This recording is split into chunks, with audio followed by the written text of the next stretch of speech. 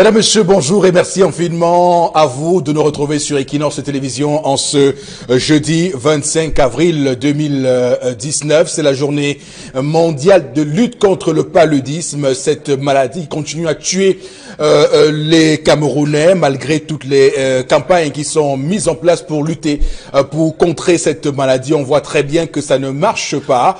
Ces moustiquaires imprégnés, mais également ces campagnes où on vise à pulvériser d'insecticides les maisons au Cameroun. On voit très bien que cette campagne de lutte ne marche pas au Cameroun et partout ailleurs en Afrique. On va dire que actuellement l'Organisation mondiale de la santé a lancé depuis hier dans 3 pays africains, au Malawi, au Kenya et en Ouganda, un vaccin qui va donc finalement être expérimenté et voir ce que ça va donner dans les 2 ans à venir. Surtout que ce vaccin-là permettra évidemment de réduire le taux de mortalité à 40% seulement, ce qui n'est pas, on le voit très bien, quelque chose de très fort, puisque pour l'instant, il n'y a pas encore un vaccin contre le paludisme, un vaccin efficace, efficient contre le paludisme. On continue également à parler de cette résolution du Parlement européen et la réponse ce matin du Front citoyen, de Alice Com, de toutes ces organisations de la société civile qui demandent au gouvernement camerounais de mettre en application ce qu'a demandé le Parlement européen, donc la mise en place d'un dialogue inclusif, la libération des prisonniers politiques, mais également l'adoption d'un code électoral consensuel avant toute autre élection au Cameroun. Voilà qui est dit, voilà qui est donné, le la donné pour ce pays qu'est le Cameroun. Madame, monsieur, comme chaque matin, ce programme va s'atteler à vous accompagner. D'abord, vous, monsieur Batchou Chalamel, bonjour et bienvenue. Bonjour, monsieur Eric Fopoussi Negou. Bonjour à tous les téléspectateurs. Le Cameroun est-il en panne d'inspiration, en panne de réflexion, en panne de prise de décision? Tout semble conforter cela parce que, au lieu de réfléchir, au lieu de s'organiser, on est plus en train de tirer.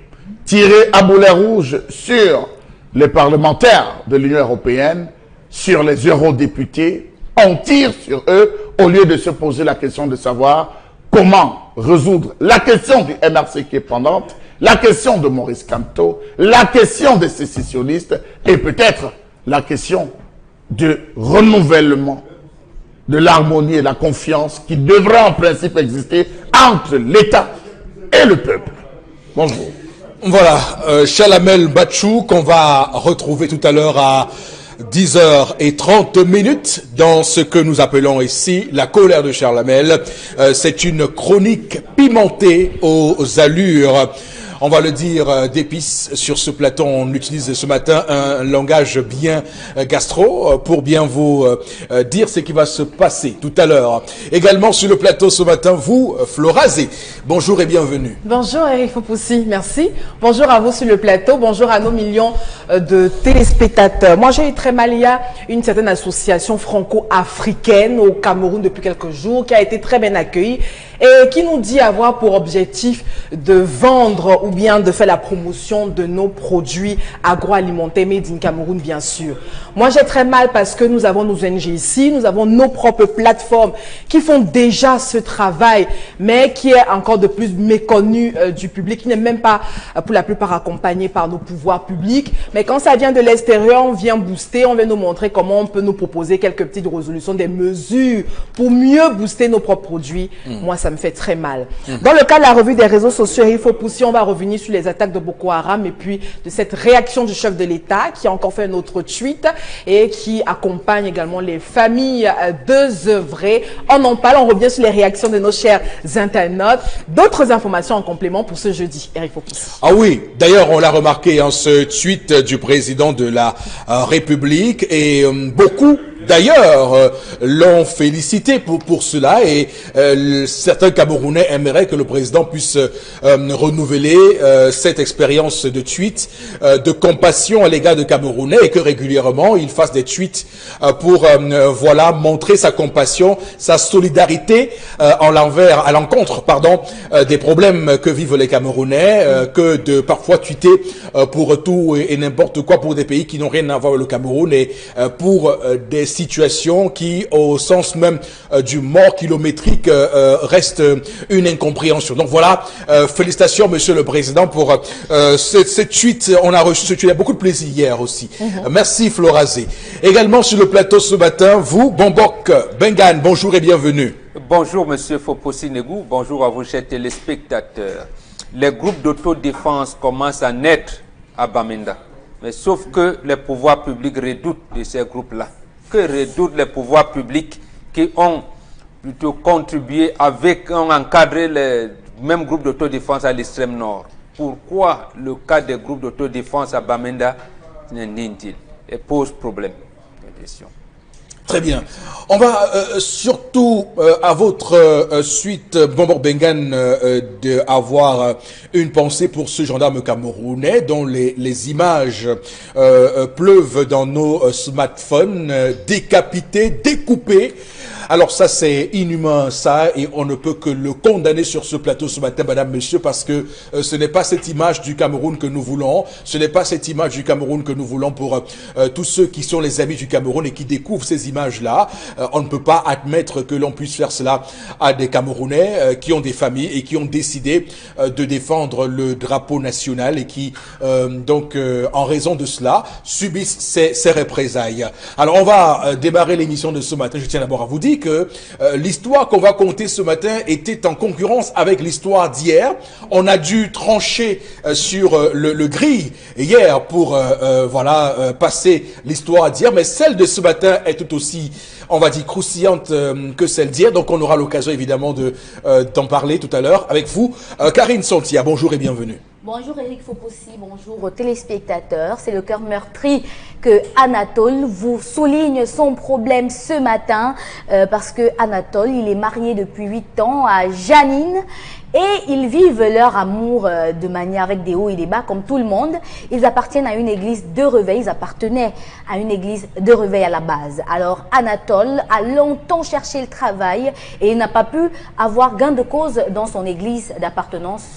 Et il a décidé, avec son frère, son grand frère lui a proposé, lui a fait une offre de travail dans une autre entreprise. Et la condition pour intégrer cette entreprise, c'est d'appartenir à une autre église de réveil.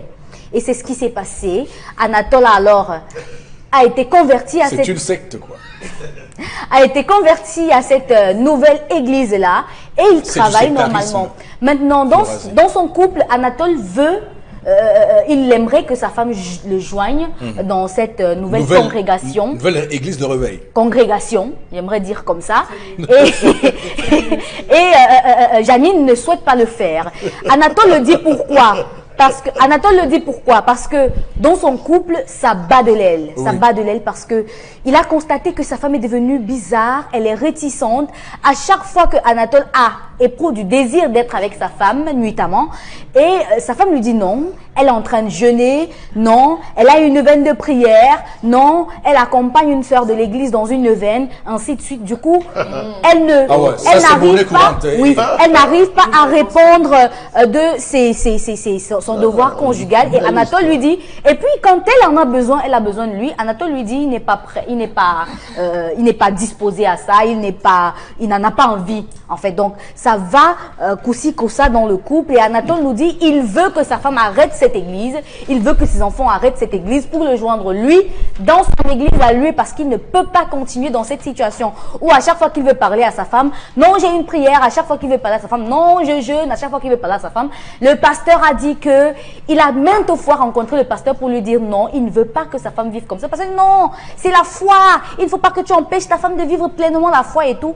Il est vraiment déboussolé, il ne sait pas, il ne veut pas laisser sa femme, mais il dit que si ça continue ainsi, il va la foutre à la porte et passer à autre chose. D'accord, très bien. Alors, je vous ai dit que l'histoire de ce matin était croustillante. crainte. Vous aviez été prévenu, en tout cas avant que Karine déroule l'histoire d'Anatole et de Janine. Alors, ce qu'il faut dire, c'est qu'on parle là des couples interobédience, et c'est important parce que j'aimerais signaler il y a l'histoire d'un monsieur, et bien là, compté tout récemment, un ami proche, très proche à moi. Il a rencontré une femme, mais cette femme, elle est musulmane, et il semble qu'on lui impose de se convertir à l'islam pour épouser cette femme, et le gars est dans tous ses états. Il ne comprend pas comment ça peut être possible que l'homme puisse se convertir à la religion de sa femme. Pour lui, c'est inadmissible, ce n'est pas possible. Et donc, ce sont là également les conséquences que l'on pourrait avoir dans ces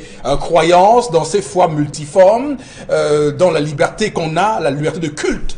Pour le dire comme ça, le choix que nous faisons de ce en quoi nous croyons. Et donc, c'est l'histoire de ce matin. Pourquoi j'ai parlé de sectarisme? Flores a voulu ici tout à fait crier « Hola ». C'est du sectarisme. C'est ça qu'il s'agit. Je dis, je vous accorde un avantage parce que vous êtes de la même obédience que moi, que vous soyez catholique, que vous soyez musulman, que vous soyez, c'est du sectarisme. Non, mais je vous dis parce que voilà. Et il y a dans ce pays, et c'est où nous qui sommes les laïcistes, nous qui promettons la laïcité, nous le disons, on ne peut pas considérer quelqu'un de par ce en quoi il croit. C'est quelle histoire où les gens ont la prétention de vouloir imposer aux autres ce à quoi ils doivent croire. C'est ça la prétention qu'il faut retenir. Et dans ce pays, je peux vous dire qu'il y a des gens qui vous considèrent, qui vous tiennent pour amis, selon que vous soyez de leur religion, selon que vous soyez de leur obédience ou pas. C'est malheureux, il faut le dire. Alors, Robin Gang, l'histoire de ce matin, ça concerne enfin, je veux dire, ce n'est pas l'interreligion, comme on va dire, c'est un même groupe d'ensemble qui est le christianisme. Donc il n'y a pas ici une lutte entre les traditionnalistes, pour dire comme ça, ou ancestristes. Un problème de congrégation. Voilà, c'est un problème de congrégation, c'est un problème de chambre dans une maison. Voilà. Quelle est votre lecture? Donc, moi, quand je vous ai écouté, ça m'amuse précisément parce que vous pensez tous, y compris les pasteurs ou comment vous l'appelez, prophètes ou quoi, les prêtres et pasteurs également, des églises que vous appelez conventionnelles. Ça m'amuse parce qu'à l'église, on vous trompe tout le temps. On vous trompe tout le temps. Le maître mot pour nous qui croyons en Dieu, parce que c'est nous seuls qui croyons en Dieu, l'église ne croit pas en Dieu, c'est la tolérance. Vous parlez, voilà l'expression que vous utilisez, mais vous croyez comprendre et pourtant vous ne comprenez pas. Vous ne comprenez pas. Vous parlez souvent de la tolérance religieuse. Pourquoi cette expression est arrivée? Parce que précisément, que ce soit votre religion chrétienne ou musulmane, vous êtes nés dans la guerre. Ce sont des religions de guerre. Il n'y a pas Dieu dedans. Il n'y a pas de tolérance. En fait, c'est précisément dans le cadre des mariages, lorsque mon fils allait prendre une fille là-bas, qu'à un moment, les parents se trouvaient dans des situations, j'allais dire, compliquées. Comme le cas de votre ami que vous dites là, il a trouvé qu'on a commencé à parler de tolérance. Non. Celles sont les croisades d'un côté, la djihad de l'autre.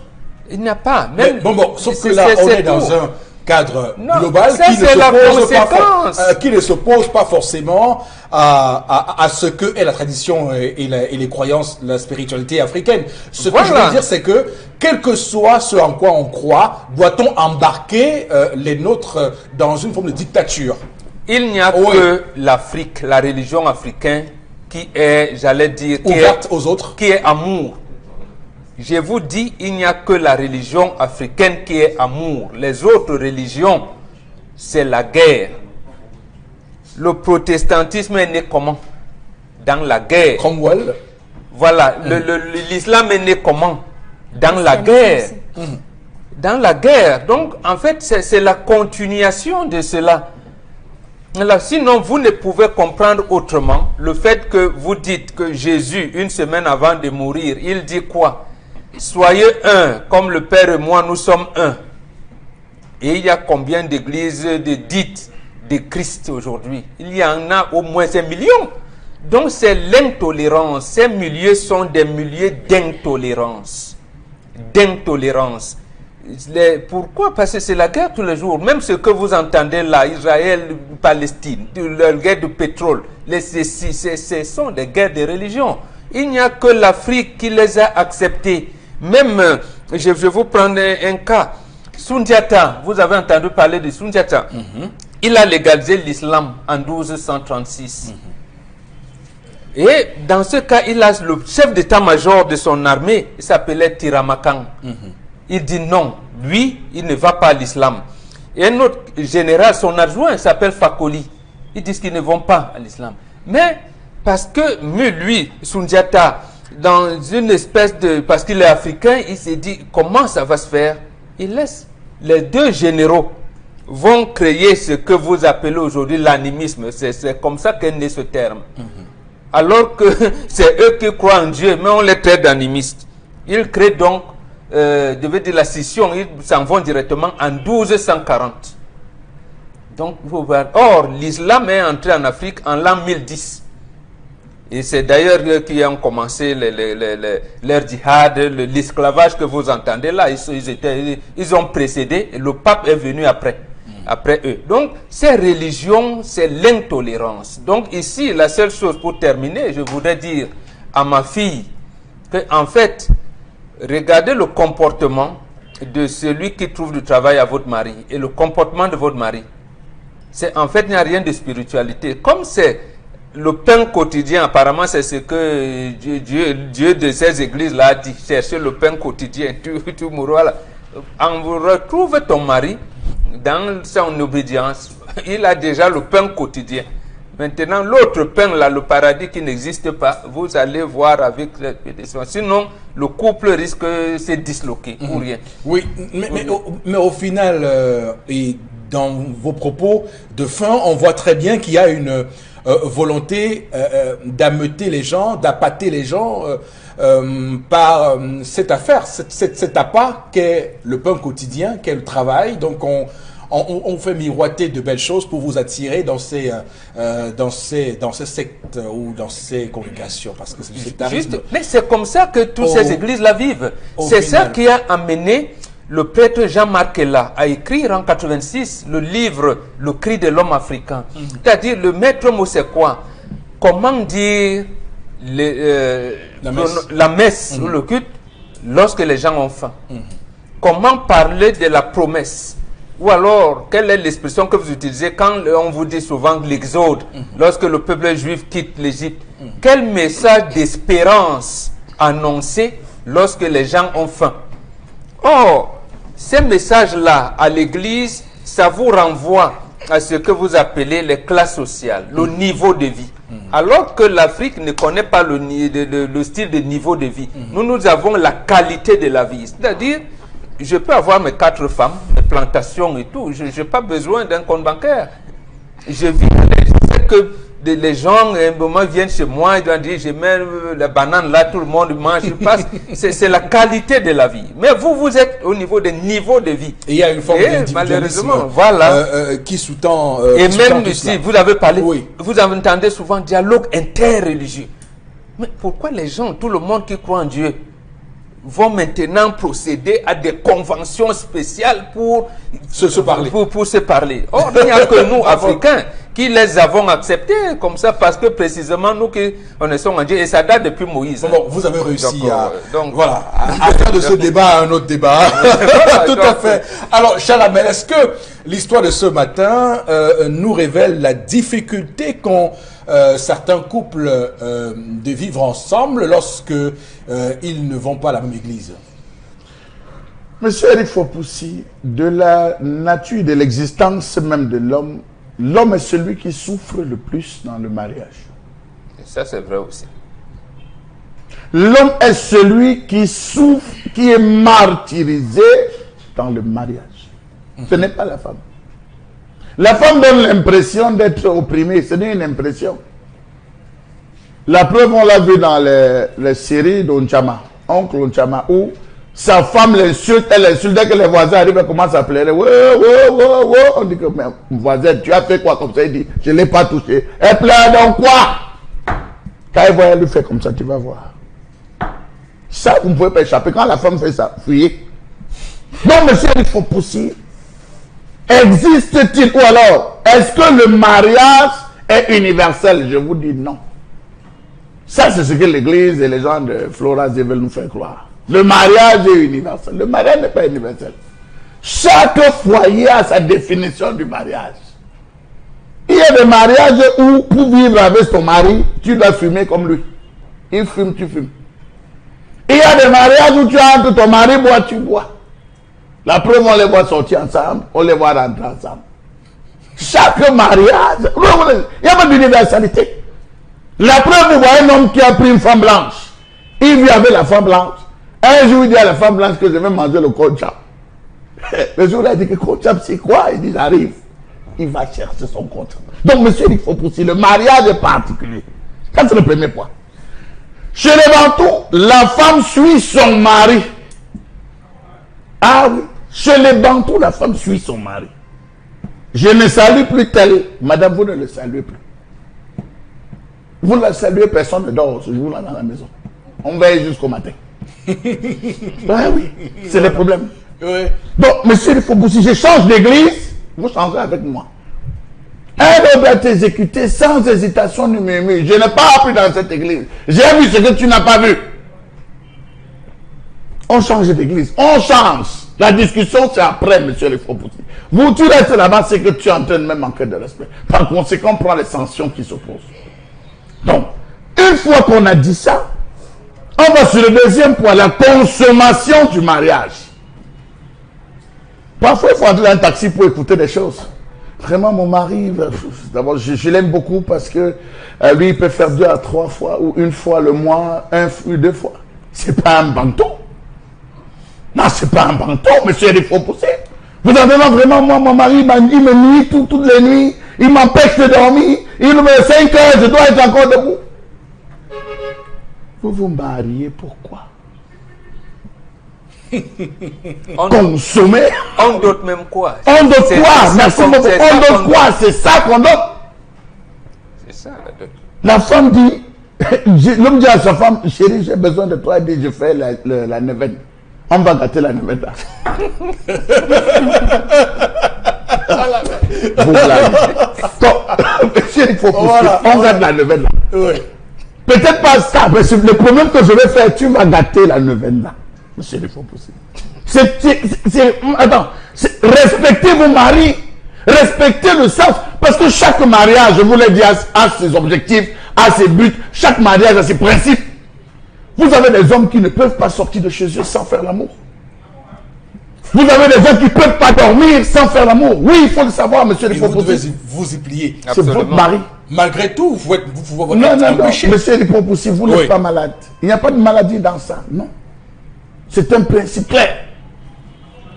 C'est un principe clair. Ça dépend. Le mari peut décider de tolérer. Donc, vous voyez une femme qui décide de tout.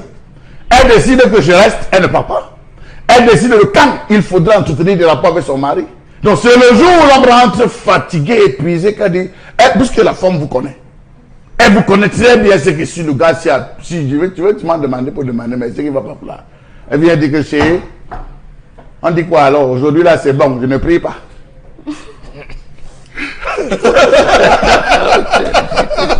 Vous nous faites sur ce plateau, hein? Aujourd'hui, je ne prie pas. Oui. On fait comment? On fait quoi? Vous êtes fatigué à mort. Fini. Vous êtes fini, complètement lessivé. Alors. Vous êtes cassé, mais là, c'est là qu'elle vous brave. C'est là où. Donc, et là, il va dire, vous voyez, non? Vous voyez, non? Aujourd'hui, c'est lui-même qui fuit. Après, il va attendre le jour que je fais mes neuvaines. Dans tous les cas, demain, je commence ma neuvaine. Non, ne me dérange pas à partir de demain. Elles sont errées. Vous avez le troisième cas. Ces pasteurs qui sont en même temps hommes de Dieu, conseillers matrimoniaux et mères. Et même chef de famille. Parce que là, dans l'affaire chef de famille. Voilà donc qui va se plaindre que sa femme ne respecte pas, sa femme ne lui permet pas de vivre sa vie. Il dit non, c'est la foi, c'est l'élévation, c'est ce que Jésus demande. Respectez ça. Oh, monsieur, il faut pousser. Oh. Montrez-moi le passage où Jésus a dit ça. Voilà comment ces pasteurs détournent les femmes des gens dans les églises. Détournent même la vie spirituelle de beaucoup de femmes. Vous avez des foyers qui sont brisés. Des femmes qui sont dans les églises aujourd'hui, elles n'ont plus le choix que de rester dans ces églises parce qu'on a brisé leur vie. Faites le tour en partant de Bobi, moi, jusqu'à Nebel. Vous allez voir des femmes qui dorment dans les églises toutes les nuits. Vous allez voir des femmes qui à 5 à 4 sont à l'église. Des femmes mariées avec des enfants. À quel moment est-ce qu'elles s'occupent de leur mari? À quel moment elles s'occupent de leurs enfants? À quel moment elles répètent leurs enfants? Elles font à manger à leur mari. Ça, ce sont ces pasteurs. Ces bonbons pasteurs. Et je termine par là, monsieur Rifo Poussi. La seule chose que je dirais à cet homme, redeviens bantou, prends 2 femmes. Et tu auras moins de problèmes. Apparemment, Jésus lui interdit ça là-bas. D'accord. Ok. Alors, Florazé, d'abord, je tiens à vous féliciter. Vous avez eu un comportement, une attitude sage, calme, pondéré lorsque Charles me parlait. Vous n'avez pas daigné répondre. Non, je dois vous féliciter pour cela. Ça me va tout droit au cœur que vous ayez fait ça. Alors, ma question maintenant pour vous ce matin, c'est de dire, est-ce que c'est logique qu'une femme ne puisse pas aller à la même église que son époux? Est-ce que ce n'est pas difficile à concilier? C'est logique parce que la femme ressent un certain nombre de choses que l'homme ne peut pas ressentir. C'est pourquoi elle est femme et c'est pourquoi elle a été tirée de là où elle a été tirée chez l'homme pour être l'aide de l'homme. Elle a été tirée où? De la côte. Merci Karine. Ce que je veux dire ce matin, parce que la victime, c'est la femme. Pourquoi? Les deux, ce couple n'a pas de problème, vu qu'ils ont toujours été dans la même congrégation. Maintenant, on a affaire à un homme qui est prêt à tout pour avoir du travail, etc. et tout. Il allait dans une autre la première congrégation, il ne lui a pas donné ce qu'il voulait. Parce qu'il était par intérêt. Il a cherché, farfouillé, etc. et tout. Je ne sais pas comment il l'a procédé. Du coup, il allait à l'extérieur, il a recherché, farfouillé, etc. et tout. Il revient le lendemain avec sa femme, il dit, ok, d'accord, je suis allé au point B là-bas, c'est fructueux, j'ai un nouveau boulot, je touche, nanana. Vous croyez que, qu'est-ce que ce monsieur fait exactement? Dans quelle congrégation effectivement est-il? Qu'est-ce qu'il fait? Qu'est-ce qu'il mange? Avec qui il est? Non, mais attention, hein. Vous croyez qu'une femme va avoir les rapports sexuels avec un monsieur qui allait plonger ses mains dans je ne sais quoi au nom de l'église? Faisons très attention. Cette femme a la position idéale. Je dis bien idéale. Et quand ce monsieur allait, a-t-il en parlé à sa femme? A-t-il dit à sa femme, bon, aujourd'hui, vraiment, notre croyance est en baisse ou bien quoi? Je ne sais pas comment il prie, je ne sais pas comment déjà que... il y a beaucoup de flou dans cette histoire. Oui, Charles Hamel, la femme est ce qu'elle est. Elle aura toujours la place qu'elle a dans le foyer. C'est comme ça. Comme celle que l'homme a comme étant chef de famille. Et nous ne bagarrons pas avec ça. Mais sauf que dans cette histoire, il faut pousser. On parle d'un enjeu très capital. C'est-à-dire qu'on a affaire à un monsieur qui est dans le besoin, qui est dans le manque. Il est prêt à tout pour avoir un emploi. Et il a trouvé cet emploi par rapport à une église. Et qu'un pote est venu, vient, etc. C'est son frère, c'est son frère. Mais même si c'est son frère, vous n'avez pas vu les frères ici nous amener. Laissez-nous, même si c'est son frère, même sang. Ça ne veut rien dire. Madame ressent un certain nombre de choses. Et dans cette histoire, on ne nous a pas tout dit. Madame ressent que son mari n'est plus sain. Son mari est dans quelque chose de louche. Et vous ne pouvez... Et justement... Elle a d'abord été très chargée. Et justement... Elle vend des oui, elle le fait. Et peut-être même qu'elle a attiré... Et peut-être qu'elle a voulu parler avec son mari. Et ce dernier qui est déjà plongé dans ses pratiques et autres, je n'ai pas envie d'aller très loin, mais je dis c'est possible. C'est plausible que ce soit le cas. Parce que comment comprendre? Je dis bien que c'est pas comme s'il est quitté d'une... Enfin, s'il était allé dans une, je sais pas moi, spiritualité africaine, etc. et tout, pour faire honneur au traditionnaliste ce matin, ça aurait été... enfin, l'histoire aurait été différente. Madame ne serait même plus rentrée à la maison. Ah non, pourquoi? Non, ça n'aurait jamais été grave. Parce que ça n'aurait été jamais. Nous avons grandi... Non. Vous tronquez l'histoire. Il y a des familles qui vivent parfaitement avec ces différentes croyances, qui se retrouvent. Je suis la preuve palpable. Donc, je dis ce matin que si le monsieur avait été, c'est-à-dire dans le clan, bon, enfin, traditionnel, c'est autre, ça, là, on aurait compris l'histoire. Mais il va encore dans une autre congrégation. Laquelle? Ils n'ont pas dit à sa femme. Au départ, ils étaient du même bord. Ils mangeaient dans la même assiette, même soupe, ils faisaient leur prière ensemble, etc. Un matin, monsieur se déconnecte, il va ailleurs et il trouve de l'emploi. Et vous voulez que madame... Non, ça ne se passe pas comme ça. Que ce monsieur soit véridique et qu'il dise à sa femme réellement où il est. Parce que Charles Hamel me veut banaliser le rapport sexuel. Oui. Non, il vient pour banaliser le rapport sexuel. Vous voulez dire quoi? Que cette femme refuse tout cela Ce n'est pas... parce qu'elle estime que ce oui, son mari est louche. Il est louche, il est le seul qui cherche l'emploi ici. Il est le seul qui fait Florence, je ne sais pas, on dit souvent, permettez-moi d'être aussi, on va dire, trivial, que, voilà, il y a des hommes qui sont dans les sectes et tout ça. Bien sûr, pourquoi vous dites mais vous pensez que leurs femmes ne s'occupent pas d'eux, ces hommes-là? Non, attention, je dis ceci. Merci, Je vais donc vous dire la vérité. Aucune femme, je dis bien, Il y a des femmes qui ont dit que les hommes sont reçus chrétiens, francs-maçons, tout ça. non, je vais donc vous dire, la vie de couple, c'est pas de ça qu'il s'agit ce matin. On a fait un homme qui est cachotier. Et c'est de ça qu'il est fait. Ces hommes qui sont dans, je sais pas moi, où c'est dans cette, etc. et tout. Oui. Pour la plupart, on parle à leur femme. Moi, j'ai vécu une histoire personnellement où l'homme avait dit à sa femme, du jour au lendemain, la pièce n'entre pas dans cette pièce. N'entre pas. Il a dit, n'entre pas dans cette pièce. Veille à ce que les enfants, parce que comme ils bougent, c'est très tout. Leur première fille est entrée dans cette pièce, elle est rentrée des cours, elle courait partout. La dame avait omis de laisser la clé. La fille est entrée, elle a trouvé ce qui fait pas vrai. Aujourd'hui, cette fille est ma boule. Donc, je dis bien que pour la plupart de ces hommes, ils le disent. Ils disent, chérie, aujourd'hui là, le pain que tu vas commencer à manger provient de ça et de ça. Nos femmes sont là, elles m'écoutent, elles le savent.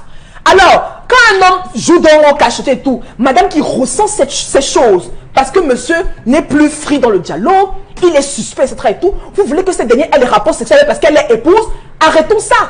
Je dis, arrêtons ça. La dame est logique dans son comportement et je respecte sa croyance ce matin. Charles Hamel, ce n'est pas parce que mon mari est sorti un matin parce que sa femme, il revient sous comme la mer et tout, et je vais, parce que je suis son épouse, je vais me coucher là et tout pour le recevoir parce que je suis sa femme. Je dis non, respectons. Et qui pue de l'alcool. Respectons le rapport. Dites-le. Oui, et qui pue de l'alcool, oui. Respectons le mariage. Voilà. Parce que lui, Charles Hamel me dit ce matin que, il dit à mon vision que le mariage n'est pas universel, etc. Le mariage a été institué par Dieu. Respectons-le. Maintenant, les hommes ne sont pas parfaits. Chacun vit comme il veut. Mais est-ce qu'aujourd'hui, les mariages vivent selon Dieu? La vérité, c'est que non. C'est pourquoi on en parle ce matin. Donc, ne blasphémez pas le mariage. C'est une institution. C'est pour que je dis, quand on n'est pas prêt pour le mariage, on ne s'aventure pas. On n'y va pas. D'accord, c'est compris. Oui, juste 30 secondes. Oui, monsieur Fopoussi, je veux vous dire que c'est l'homme, c'est les narines de l'homme qui sont agressées tous les jours. Pas des cheveux qu'on lave pas. Pas de fumée que nous parlons. Non, monsieur le Fopoussi, elle a parlé de la bière. Elle a parlé de la bière. Et je voulais répondre, c'est pas fini. C'est pas fini. Alors, je voulais dire, monsieur le Fopoussi, nous subissons des agressions. Les shampoings, nous subissons des agressions nasales. Des agressions nasales. Parfois, c'est même des parfums qui vous donnent la grippe. Jamais n'est pas sérieux. Je vous connais de l'extérieur. Alors, je finis par elle fait tout. Monsieur le Fopoussi, ce n'est pas l'église qui conditionne la sexualité dans le mariage. L'église ici, je suis désolé. Ce n'est pas l'église. Ce monsieur est suspect. Ce n'est pas les jeunes. Ce n'est pas les jeunes qui conduisent, qui doivent décider de la question sexuelle. Cette femme trouve un prétexte, c'est tout. Ça n'a rien à voir avec l'église. Je suis désolé, c'est pour éviter de donner les noms des églises, des dénominations. On s'est permis de omettre cela. Moi, je m'en charge. Non, elle nous l'a dit. Venez dire devant les téléspectateurs que c'est une secte comme une secte. Vous dévoilez le sujet, vous vous détournez. Mais non. C'est des églises de rebelles. Mais non. Bien connues. Donc la descendance, c'est un dérivé de l'église de Zacharias Tanefomoun. Feu de Zacharias Tanefomoun. Et en quoi c'est agent comptant? Non. En quoi c'est agent comptant? Non. Permettez-moi. Un monsieur, il a été dans une congrégation, il n'a pas trouvé du travail. Du jour au lendemain, il quitte, il va aller dans une congrégation, il a du travail. Mais non. Lorsque vous travaillez, on vous donne un salaire de 20 000. Chaque jour vous sortez, vous demandez à votre frère, gars, tu n'as pas mieux, gars, je souffre, gars, tu n'as pas mieux, oui, viens gars, là. je souffre. Aide-moi à trouver, s'il te plaît, aide-moi à trouver quelque chose. Monsieur, on me paye mal. Ici, je souffre. Lorsqu'on vous dit, voici un bon salaire, viens un bon travail, vous partez. Donc, je suis désolé, arrêtons ça.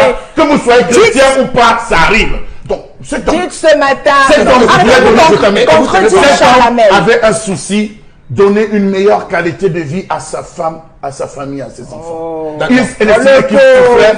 Il a demandé le travail, on lui a dit voici le travail, mais la condition, tu viens. Ce n'est pas qu'il a estimé que l'église était mauvaise. Et en plus, il a dit, quand Karine lui a posé la question, il a dit non, ce n'est pas le simple fait qu'on parle d'une façon que je vais quitter ma femme. C'est parce que depuis là, on vivait. Voilà ce que Karine a dit. Que j'avais déjà ces problèmes sexuels. Oh non, non, il t'a dérouté l'histoire. Parce qu'il veut toucher à penser à ce que je veux dire ce matin, Charles Hamel, c'est que Dieu ne pose pas de conditions.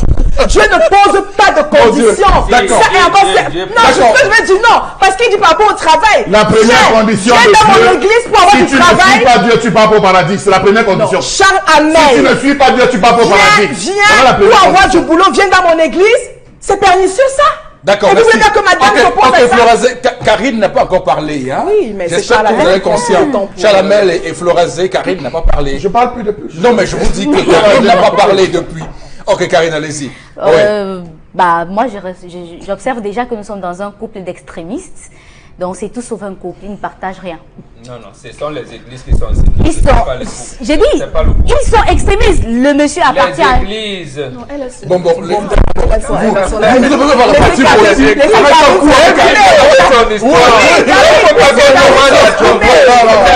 Ça veut dire que ce qu'on a développé ne tient pas. Non, on lui a dit là-bas, on te donne le travail pourvu que tu viennes. L'homme est des extrémistes. Quoi, Karine? On va arrêter l'émission. Alors, Karine, vous avez dit que c'est un couple d'extrémistes. Moi, je trouve que c'est un couple d'extrémistes. C'est-à-dire que c'est deux chrétiens qui croient en autre chose qu'en Dieu. Vraiment. Je suis vraiment désolée de le dire ce matin parce que on a affaire à un monsieur qui croit en l'église ou encore en Dieu par rapport aux professionnels. On a affaire à une femme qui croit en Dieu par rapport à son pasteur, c'est-à-dire que c'est ce qu'on dit à l'église qu'elle fait, et je ne sais pas si c'est vraiment ce qu'elle s'est déjà questionnée par rapport à la Bible ou encore à ce qu'elle veut dans sa foi. Maintenant, l'histoire du jour nous raconte que le monsieur est meurtri parce qu'il n'arrive plus à profiter de sa femme, qui jeûne. C'est-à-dire que lorsque ces deux étaient dans la même église, il y avait toujours ce jeûne. Et je suis certain que malgré tout, le monsieur pouvait comprendre parce qu'ils étaient dans la même église. Maintenant qu'il n'est plus dans la même église, il ne peut plus comprendre sa femme parce qu'il en a besoin de plus en plus. Du coup, il y a une différenciation de croyances. Il ne croit plus en la même chose. C'est ça le véritable problème. Comment faire dans une situation où on a un couple hybride chrétien? C'est-à-dire que le monsieur, il croit tous, je ne sais pas, à une église de réveil, mais il n'arrive pas à s'entendre dans le couple. Il faut bien trouver un consensus. Et c'est de ça qu'il s'agit ce matin. La femme, moi je connais des couples qui ont des croyances différentes, c'est-à-dire que le monsieur est catholique, la femme elle est protestante et ils s'en sortent bien. Les enfants ont choisi leur obédience et j'ai jamais entendu que ça se faisait différemment ailleurs. Donc moi je me dis que dans ce genre de couple, il y a bien une manière de s'entendre. Il faut vous asseoir et parler. Arrêtez de croire que c'est le pasteur qui va résoudre votre problème. Arrêtez de penser que c'est le travail qui fait que vous soyez heureux dans votre foyer. Quand vous ne travaillez pas, vous étiez malheureux. C'est ça la bonne question. Est-ce que c'est ça? Parce que si vous dans ce couple, on a affaire à un monsieur qui pense que puisqu'il parvient déjà à ramener quelque chose dans le couple, c'est là où il est devenu homme. Avant, il n'était pas homme. D'accord. Merci Catherine.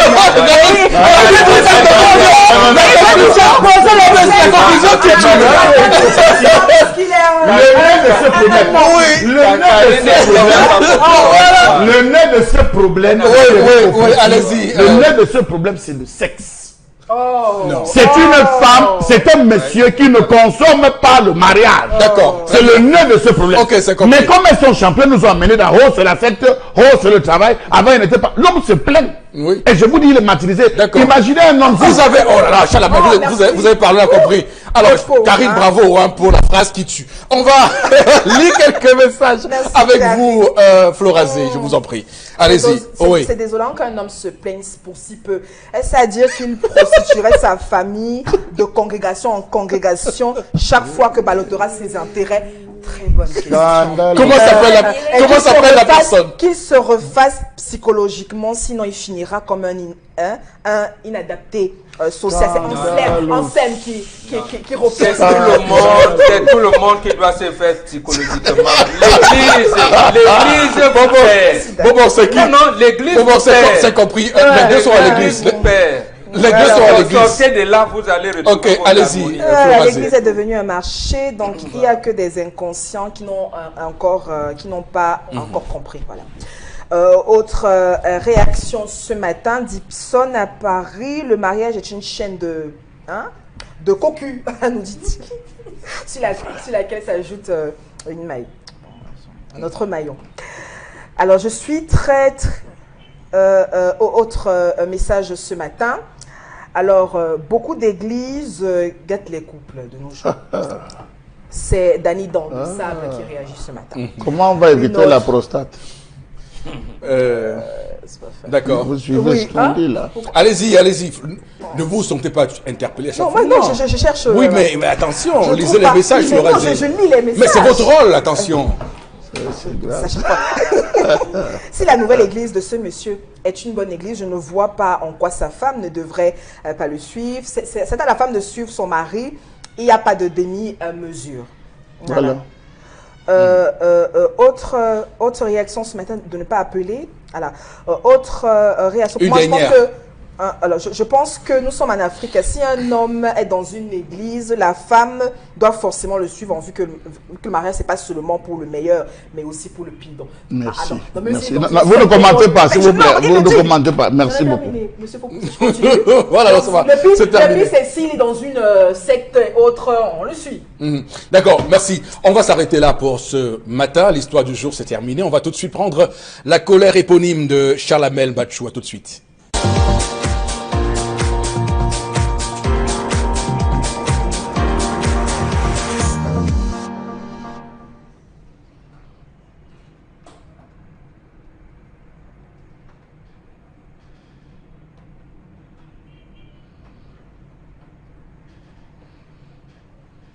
Je m'interroge ce jour sur la question de la commercialisation du tramol, virgule, tramadol, virgule,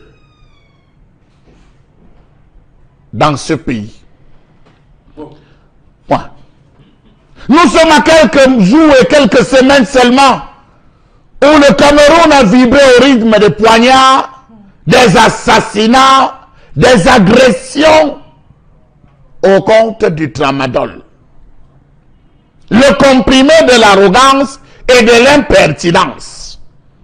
Le ministre de la Santé a choisi frapper. On attend évidemment que le ministre des Enseignements secondaires s'élève.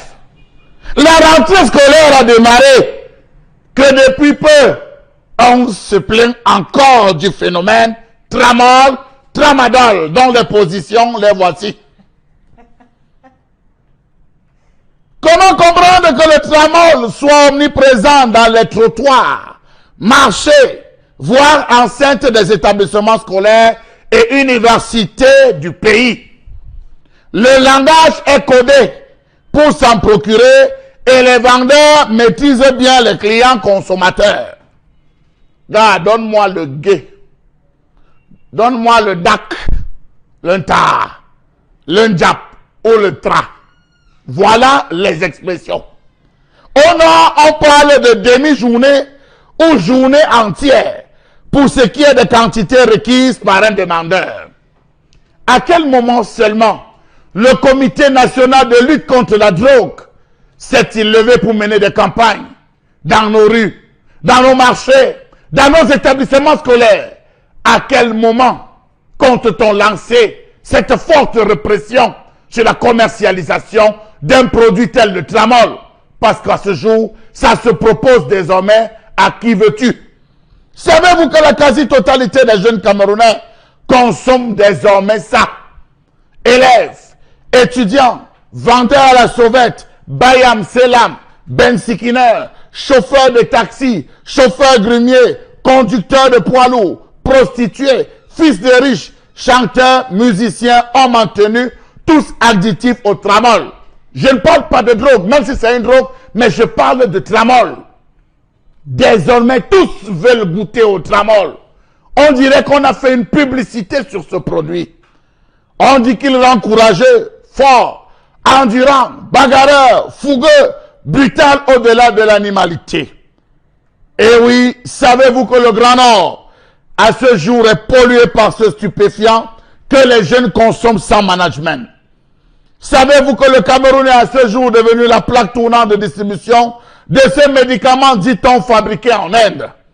Rappelons-nous de cette sortie du docteur Sanjon, président de l'ordre des médecins, qui portait sur la saisie récente par la douane camerounaise d'une cargaison de 600 000 comprimés en provenance d'un pays voisin. Il y a quelques semaines, 600 000 comprimés. Quelques semaines, pas 3 semaines. 600 000 comprimés au Cameroun. Sans blague. Rappelons-nous que le 16 avril 2019, plus de 150 000 comprimés ont été saisis, pas très loin de l'aéroport. 600 000, 150 000, on a combien? Savez-vous que dans certains lycées et collèges, on met ça sur les beignets? Oui. On met ça sur les beignets à la place du sucre. L'enfant arrive et dit que donne-moi le beignet, le lofombo bien sucré. La vendeuse, elle a écrasé le tramol qu'elle a mis sur le beignet. Ou même dans les biscuits, comme si c'était des biscuits fourrés. Et ça, ils le savent. Le Cameroun est confronté à une hausse inquiétante de la consommation du tramol ou tramadol. Cet opioïde de synthèse contenu dans certains médicaments analgésiques est de plus en plus détourné en stupéfiant, vendu à bas prix au marché noir. Facile d'accès, très additif et surtout très dangereux. Il fait des ravages, notamment chez les mineurs. Savez-vous qu'à ce jour, on craint que la jeunesse soit totalement avachie? La faute à qui? À nous? À vous? À eux? Point d'interrogation. Comment un médicament pourtant qu'on peut avoir sur ordonnance est devenu donc une drogue, est devenue l'enfer au Cameroun? Comment se fait-il qu'on en soit arrivé là sans que personne ne puisse se rendre compte de ces dérives? Parce qu'on voit très bien que ces personnes, comme vous l'avez dit, c'est le comprimé de l'arrogance, le comprimé de l'impertinence. On le prend pour avoir du courage, on le prend pour faire des choses, pour garder le sang-froid. Lorsqu'on écoute les témoignages de ceux qui prennent ce tramol ou ce tramadol, on se pose bien des questions, puisque le versant pharmaceutique de ce médicament est bien le trabar. Le terme qu'utilisent les pharmaciens, c'est le trabar, et on voit très bien que on l'a détourné complètement de ses objectifs premiers pour devenir donc une drogue pour se doper. Alors bon, Bengan, ce phénomène, est-ce que d'abord, comment nous en sommes arrivés là? Non, parce qu'on a laissé tout le monde se débrouiller. Oui. Il est arrivé des moments aussi, notamment au milieu des années 80, où ce qu'on appelle pharmacie de la rue, on vous dit que ces gens étaient quelquefois fournis en médicaments par les délégués médicaux. Et qu'est-ce qu'on y vendait? On disait à l'époque par l'ordre des médecins et de l'ordre des pharmaciens que non, c'est le médicament contrefait, ainsi de suite, ainsi de suite. Et après, la justification venant vous disant, mais non, ce sont les délégués médicaux eux-mêmes qui nous livrent. C'est même, ce n'est pas, la date n'est pas arrivée à expiration, ce n'est pas la contrebande et tout. Et on a laissé tout le monde se débrouiller comme ça. De telle manière que tout le monde commence à faire les prescriptions. Vous avez bien dit, Charles Lamel aussi, que c'est des médicaments qu'on prescrit pour des pathologies bien déterminées, bien précises. Mais comment ça arrive à un niveau où, j'allais dire, c'est devenu monnaie courante, il faut que tout le monde en consomme. C'est comme une des bières que je ne vais pas citer ici. Mais sa publicité disait déjà, et la puissance est en vous. On vous dit, vous prenez ça, vous devenez puissant. Vous prenez avec le voilà, voilà. Donc, voilà, justement, c'est arrivé comment vous ne pouvez pas savoir. Mais comment un antidouleur est devenu une drogue? Oui, mais c'est une drogue. C'est une drogue. Parce que je pense que le corps médical l'a dit. C'est pourquoi c'est représenté par un serpent. Un serpent, tous les médicaments sont des drogues. Oui. Et quand... Bon, drogue au sens pas... drogue, même c'est qu'on prend les antipaludéens sont oui, les drogues. ça, on l'a compris bien. Mais voilà.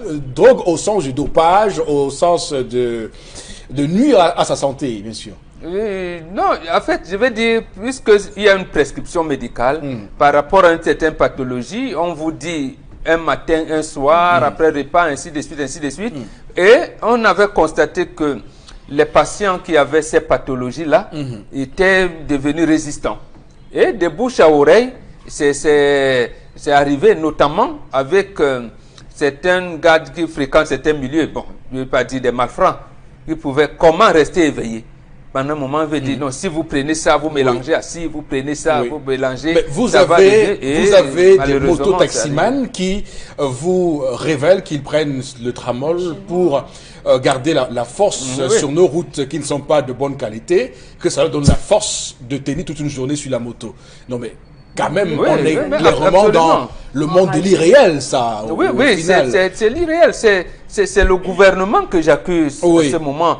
Les frontières, premièrement, sont devenues poreuses au niveau où on peut faire transiter n'importe quoi, mais maintenant, au niveau de la santé publique, parce que nous avons quand même un ministère qui s'appelle ministère de la santé publique.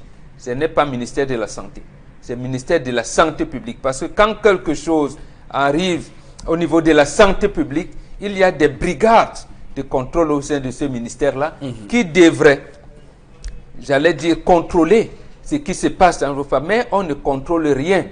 Nous sommes dans un pays où même les stocks de sécurité des vaccins s'épuisent.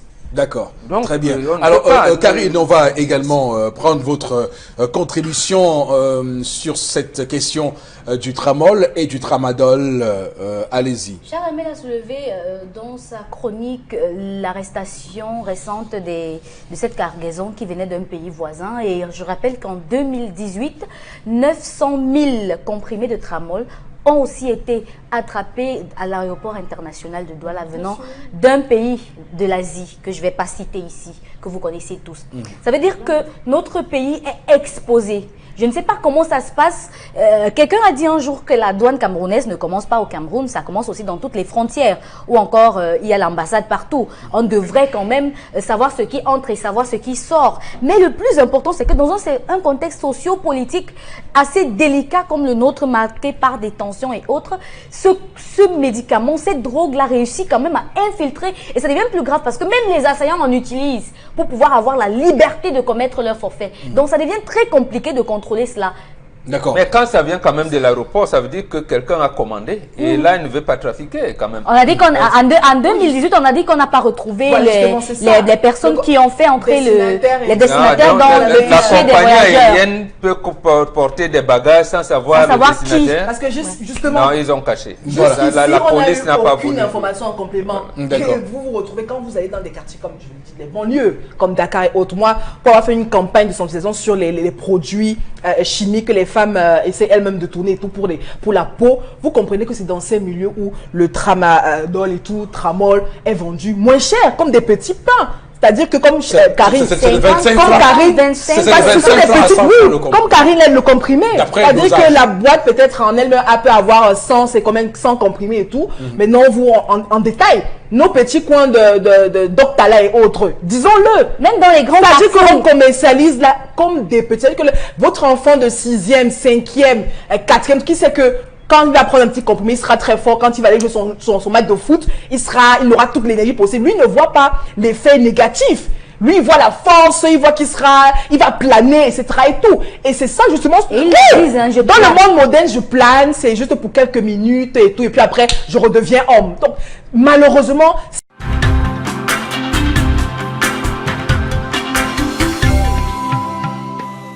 Santé, merci. Accélération du rythme cardiaque, nausée, somnolence, vertige, troubles respiratoires, hallucinations, constipation, euphorie, troubles visuels, anémie, cancer, dépression, hypertension, nervosité, problèmes mentaux, intestinaux, cardiovasculaires. Problèmes mentaux C'est surtout. tout Hein. le métabolisme du corps. Si on peut revenir à la première image, vous allez vous rendre compte. Tout à l'heure, si la régie peut nous permettre de revenir à la première image. Tout à l'heure, pendant la colère, vous allez voir comment... Il dort oui, debout. c'est ça. C'est comme ça, il dort debout. Tout les effets commencent déjà. C'est comme ça, oui. Tout le système nerveux s'effondre. C'est ça. Et... Il dort, hein. Donc là, vous l'avez... Il dort. Donc, Je vois, il tient une cigarette. voilà, il est là, il dort. Je vous dis, il n'est plus là. C'est quand les effets sont déjà... Ma musique, mais attends, mais c'est une histoire de fou, ça. Il dort Ah ouais, carrément. clairement. Donc, il dort debout, mais il ne se rend pas compte. Il se rend Quand les- Voilà, Oui, la c'est comme conséquence, ça. c'est quand vous voyez beaucoup de camions en route. Oui. Il a pris une dose non contrôlée. À un moment donné, il se disait, je suis courageux, je vais arriver à Bertois. J'arrive à Bertois. Oh, quand le sommeil, quand le système nerveux s'est effondré, Oui. le sommeil se prend et tout, il ne se rend plus Il se rend pas compte. compte. Et Il se vous trouve pensez dans qu'il vous dans voit et la- pourtant il Il va ne courir croit dans la pas. tombe. Voilà. Voilà. Voilà clairement, donc c'est L'une une des question causes sérieuse. Nos dirigeants doivent s'y pencher. Malheureusement, on se rend compte jusqu'ici. Ce qui est fait n'est pas à la hauteur. Comme vous le dites, du problème, et c'est dommage d'ailleurs parce que, comme vous l'avez dit, nous devons mettre en place des contrôles de douane à nos frontières pour pouvoir éviter que ces médicaments puissent arriver. Mais on doit, pourquoi pas aussi s'attaquer à ces médicaments de la rue, à ces distributeurs des médicaments de la rue. J'ai vu parfois des personnes être raflées, mais chose surprenante, Le lendemain, 2 jours ils plus tard, reviennent. cette personne était revenue à leur kiosque, comme on le voit partout dans les villes du Cameroun. Ce n'est pas bon. Il faut... Est-ce que c'est eux le problème? Bon, ce n'est pas eux le problème. C'est où le problème finalement? C'est la Parce que- fin de la chaîne, là-bas. Vous les voyez, Mais mais, je dis- les véritables consommateurs, est-ce que tout autour du lycée de Daïdo, Oui. vous avez vu les vendeurs de médicaments? Non mais Charles, je veux dire non Charles. Il n'y a pas Charles. de vendeurs de médicaments Non tout mais, non, autour mais, du non, mais lycée de Charles, Daïdo, je mais veux dire- regardez. non mais Charles, la difficulté de ce tramol, c'est que c'est un médicament qu'on peut trouver en pharmacie, qu'on peut avoir normalement. Maintenant, c'est un détournement de son but initial pour se droguer et voilà, c'est ça le problème. C'est Réalité. comme le phénomène est comme celui des CD piratés. Voilà. Puisqu'on les fabrique au Cameroun, qui commande les machines des CD piratés? Ça entre pas. C'est l'exemple que vous avez pris tout à l'heure. Oui. Les cargaisons viennent par vol. D'accord. Et il n'y a pas de destinataire du colis. Et la police de l'aéroport fait bien A de du mal cacher, au bien. de cacher le destinataire. Parce qu'après enquête, on peut quand même savoir qui a commandé, qui a. Mais on ne dit rien. Mais, Ça mais- veut mais- dire- mais je veux dire, le colis les après enjeux se sont retrouve aussi où? grands. Ça coûte combien cette affaire? Ça Les enrichit. enjeux, nous sommes dans une campagne, peut-être que je Ça vais enrichit. prononcer C'est un mot une drogue. exagéré. Oui. Nous sommes comme si nous étions dans une campagne d'assassinat collectif.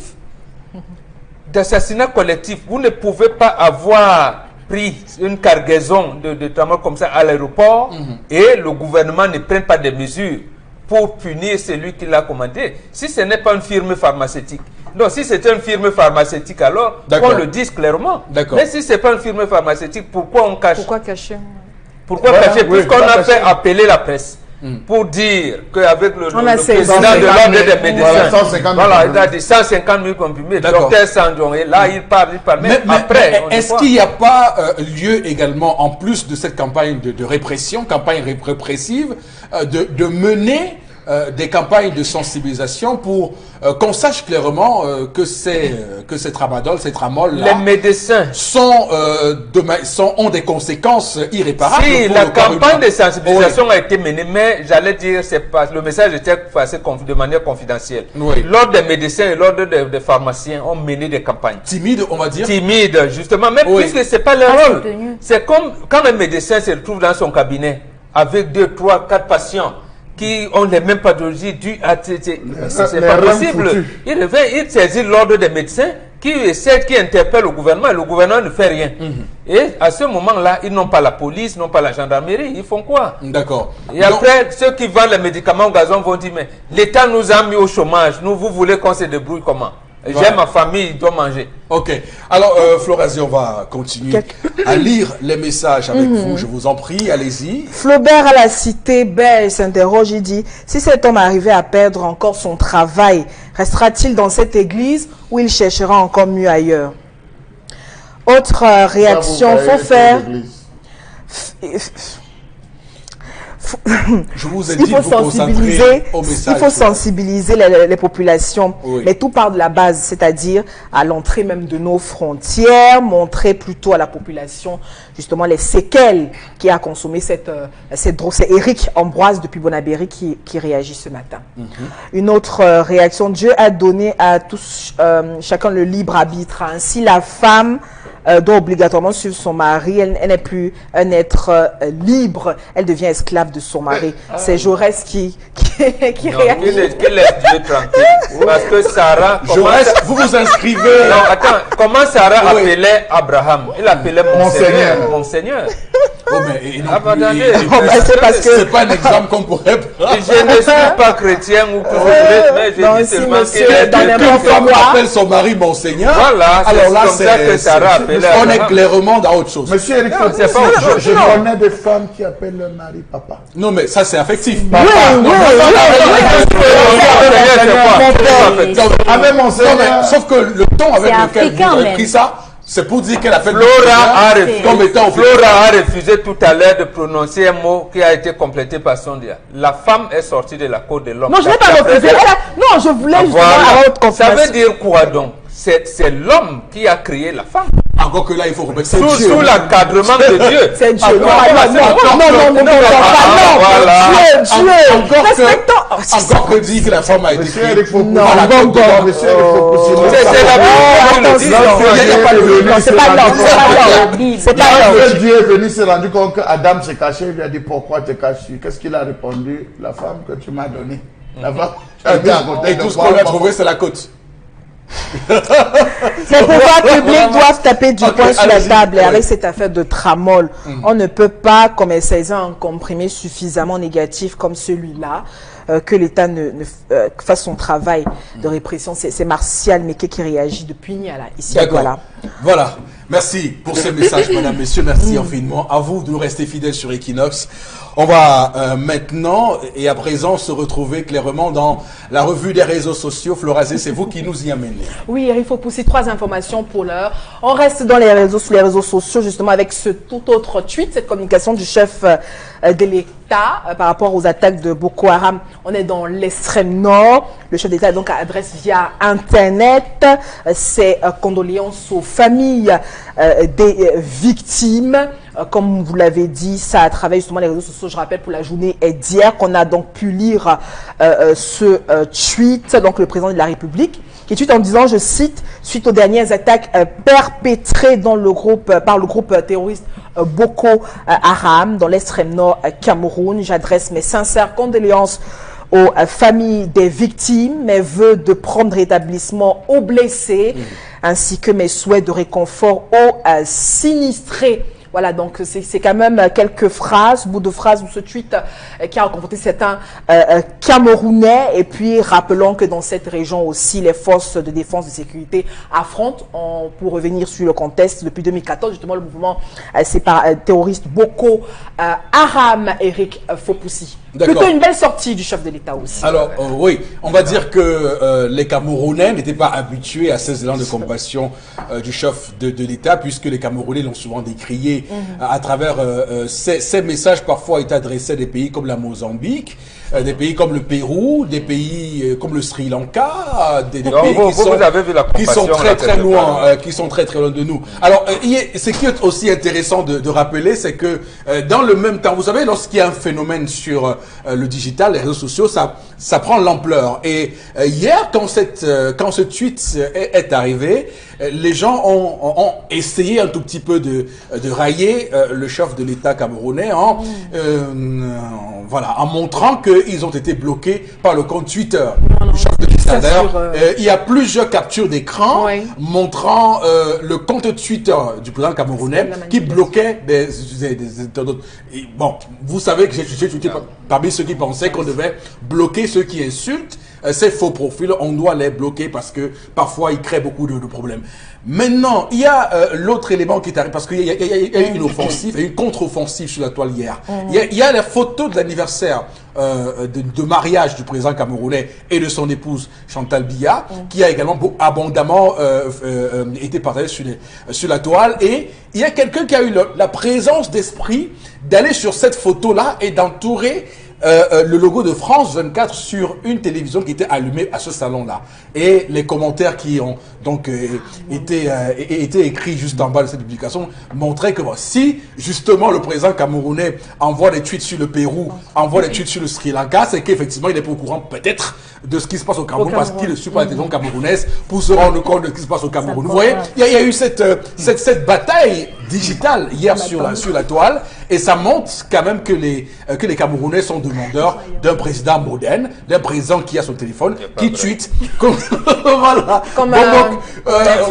Vous dites que c'est pas vrai, pourquoi? C'est pas vrai. Oui. D'abord, il a dit lui-même en France 24 en 2008, quand il modifiait la constitution, que c'est son épouse qui était moderne. Bon, maintenant, il a commencé à faire les selfies avec les filles qui étaient arrivées à la finale de la Coupe des Nations féminines. Bon, il a commencé à venir comme nous. Bon, d'abord, mais ici, le tweet, ce n'est pas ce tweet qui va. Vous avez utilisé un mot là, par compassion. Ça ne peut pas apporter la compassion dans ces populations. Ces populations n'ont pas lu ce tweet. Ils ne savent même pas que le président leur a parlé. Ils n'ont pas de réseau électrique là-bas. À la limite, s'il ne veut pas descendre, il peut envoyer le sous-préfet. Parce que quelquefois, on envoie le sous-préfet pour, quand il veut se représenter quelque part, consoler les populations. Avec ceci que le génie militaire doit venir construire. Le gouverneur de la région du sud-ouest, à un moment donné, M. Okalia Bilay, avait menacé les populations en leur demandant de faire des camps de concentration comme à l'époque de Maki. On les amenait dans des camps de tout, les groupements, dans des champs de groupement. Il a demandé pourquoi lui, ces populations sont attaquées par une secte terroriste. Il n'envisage pas les protéger. C'est-à-dire les mener dans des camps de groupement. Le génie militaire est là, travail. Nous avons au moins 5 cimenteries au Cameroun. Il peut demander par d'autorité, parce qu'il est le chef de l'État, en disant mon pays est en danger. On décime les plantations, on décime les habitations. Quelle est la localité que les forces de défense et de sécurité ont trouvé où on peut les mettre à l'abri? On les met, le génie militaire construit des abris, construit les forages et tout ce qu'on veut. Et même les établissements, on les met dans ces enseignes comme ça. On ne laisse pas ces populations à la merci. Ça date quand même depuis 2014. D'accord. Et vous envoyez un tweet dans une population qui n'a pas de courant électrique, qui ne sait pas utiliser que vous appelez ça compassion, non? D'accord. Ok. Alors, Chalamel, sur ce tweet qui a valu des commentaires, comme on le voit sur les réseaux sociaux de Camerounais qui, enfin, sont heureux que leur président puisse faire un tweet concernant une catastrophe vécue au Cameroun et plus, c'est comme par le passé, des catastrophes qu'on voit au Pérou, au Sri Lanka, d'autres pays, des pays que personne ne connaît, en réalité. Oui. Je n'ai pas Twitter, monsieur Eric Fopoussi. Non, c'était sur Facebook et Twitter. J'ai dit je n'ai pas Twitter et je ne suis même pas l'ami du président, donc je n'ai même pas vu. Même pas sur Facebook. Je n'ai pas vu, monsieur Eric Fopoussi. Oui. Oui. Mais je sais qu'il y a beaucoup de personnes qui n'ont pas vu comme moi et qui tombent des nues. Ce que cela relève, monsieur Eric Fopoussi, c'est que, pour dire comme au quartier, donc le chef de l'État est au courant de ce qui se passe au Cameroun. Donc il est au courant de tout ce qu'on vit au Cameroun. Parce que s'il réagit là, ça veut dire qu'il a choisi volontairement de fermer les yeux sur beaucoup de situations qu'ont traversé les Camerounais, dont il était informé. Non, monsieur, il faut pousser. J'aurais préféré qu'il reste calme, qu'il ne réagisse pas. Parce que cette réaction démontre que l'accident qu'il y a eu sur la route de Douala, entre hier et aujourd'hui, qui a fait aussi une catastrophe, il a été au courant. Il devait dans la même lancée adresser ses lettres. Il devait par la même, et dans la conclusion de cette note, demander des comptes au ministre des Transports, demander des comptes au ministre de la Santé, demander des comptes, oui, monsieur Eric Fopoussi, C'est un message qu'il a adressé. Je ne dis pas non, mais ça rend compte de ceci, qu'il est bien informé sur les réalités que traversent les Camerounais. Alors pourquoi est-ce qu'on n'a pas d'eau? Pourquoi est-ce que Walordé, ses enfants sont allés mourir? À Walordé, 4 enfants d'une famille, parce qu'ils cherchaient de l'eau. Donc ça veut dire qu'il est au courant.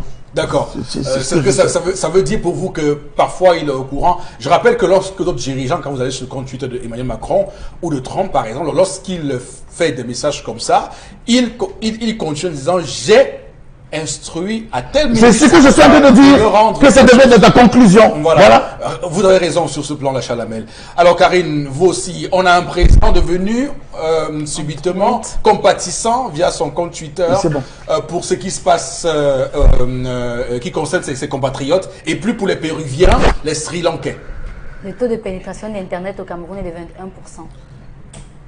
Vous savez de quoi je parle? Ça veut dire que même à Douala déjà, tout le monde n'a pas Internet. C'est-à-dire que même à Bonabéry, déjà, tout le monde n'a pas un téléphone Android. Comment est-ce qu'on peut parler du Grand Nord quand on sait que c'est une région, c'est la région, en fait, ce sont les 3 régions les plus enclavées du Cameroun. Alors, il n'y a pas d'électricité parce que lorsque je vois le reportage de cette attaque, je n'ai pas vu un câble électrique sillonné. Ce qui veut dire qu'elles peuvent ne pas avoir l'électricité. Je n'ai non plus vu ce câble-là qui pouvait aussi signifier que voilà, je ne vois pas de poteau. J'ai rien vu comme câble électrique. Donc, je m'en tiens à ce qu'il n'y a pas d'électricité là-bas. Il n'y a pas d'électricité. Ça veut dire qu'il n'y a pas Internet aussi. Comment est-ce que ces populations reçoivent l'appel du président? Comment est-ce que ces populations reçoivent la compassion du président? Comment est-ce qu'on fait pour dire que le président a compris votre douleur, il partage votre douleur, mais tout est fait pour que vous puissiez regagner vos domiciles? Donc au final, franchement, je suis un peu mal à l'aise parce que nous sommes les premiers sur ce plateau parfois à lui reprocher de faire des messages comme ça pour d'autres pays. Mais maintenant qu'il fait pour le Cameroun, vous dites que non, c'est pas ce qu'il fallait faire.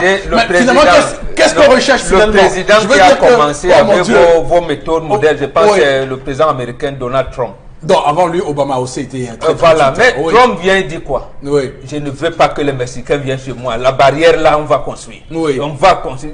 Voilà quelqu'un qui dit je ne veux pas. D'abord le Cuba là où Obama était, je ne veux pas. Même Obamacare là, vos choses là, je vais casser tout. Donc il commence à faire des tweets. Donc les Américains, ils les préparent. Le nôtre, il a fait une sortie. La seule d'ailleurs pendant la campagne électorale de 2018, c'était à l'Essem Marwa. Il leur a dit quoi? Il n'a même pas fait de promesse. Il leur a dit, il me semble que vous avez des terres fertiles ici, je vais voir. Je peux même envisager la possibilité de faire des études pour faire la voie ferrée entre Ngaoundéré et N'Djamena. On applaudit à tout rompre. Mais attendez, à ce moment, ces populations-là, il faut qu'ils se rendent là-bas. D'accord. Il doit se rendre, puisqu'il pouvait bien faire un tweet à l'époque en disant population de Marois. J'avais ouvert ma campagne ici en 97. Bon, je ne peux plus. Sachez que vous êtes la fille aînée du renouveau. Prenez le relais. Pourquoi il a pas fait? Non, mais quand même, Charles, je veux dire, quand même, sur ce plateau, moi je vous écoute, hein, je vous vous entends, mais je me dis, mais au final, qu'est-ce que veulent les Camerounais? Je me souviens, maintenant qu'il a fait le tweet, on dit ça ne suffit pas, il faut faire plus que ça. Je rappelle qu'on lui a souvent reproché de ne pas tweeter sur des choses qui concernent le Cameroun. Là, il n'est plus au Cameroun. Il n'est plus au Sri Lanka. Nous demandons trop à notre chef de l'État parce qu'il ne nous donne rien. S'il donnait quelque chose, on n'allait pas trop demander. On demande trop parce qu'il ne donne rien. Ça fait combien d'années? Je pense plus de 14 ans, M. Eric Fopoussi, que le chef de l'État n'a jamais accordé la quelconque interview à une chaîne nationale. Oui, c'est vrai. Vous avez raison. Les gens demandent. Les médias demandent à rencontrer le chef de l'État. Pourquoi se ferme-t-il? C'est pendant la campagne électorale. Pourquoi se ferme-t-il? Que le président avait visité seulement 8 régions au Cameroun. Pourquoi se ferme-t-il? Parce qu'on est acculé par la communauté internationale, le Parlement et tout. Alors là, on voit l'appel du peuple, l'appel au peuple. Monsieur Eric Fopoussi, en 37 ans, combien de fois on a eu besoin d'appeler le peuple? On a dit au peuple que je m'engage personnellement à lutter contre la corruption. On en est où? À des cellules VIP? où des gars jouent au tennis, où des gars ont des jacuzzi, ils peuvent nager, regarder les chaînes de télé, surfer, téléphoner, organiser des anniversaires, c'est ça? D'accord, très bien. Alors, le peuple, non, monsieur, oui. le peuple demande. Le peuple a besoin de sentir et de voir. Je vous dis que si le chef de l'État, même demain, décide d'aller à Boya, ou décide d'aller à Bamenda, ça sera sécurisé, monsieur. Ce qui est sûr, même, c'est qu'on va prendre même les forces à côté pour sécuriser. Mais ce sera le premier pas vers le dialogue.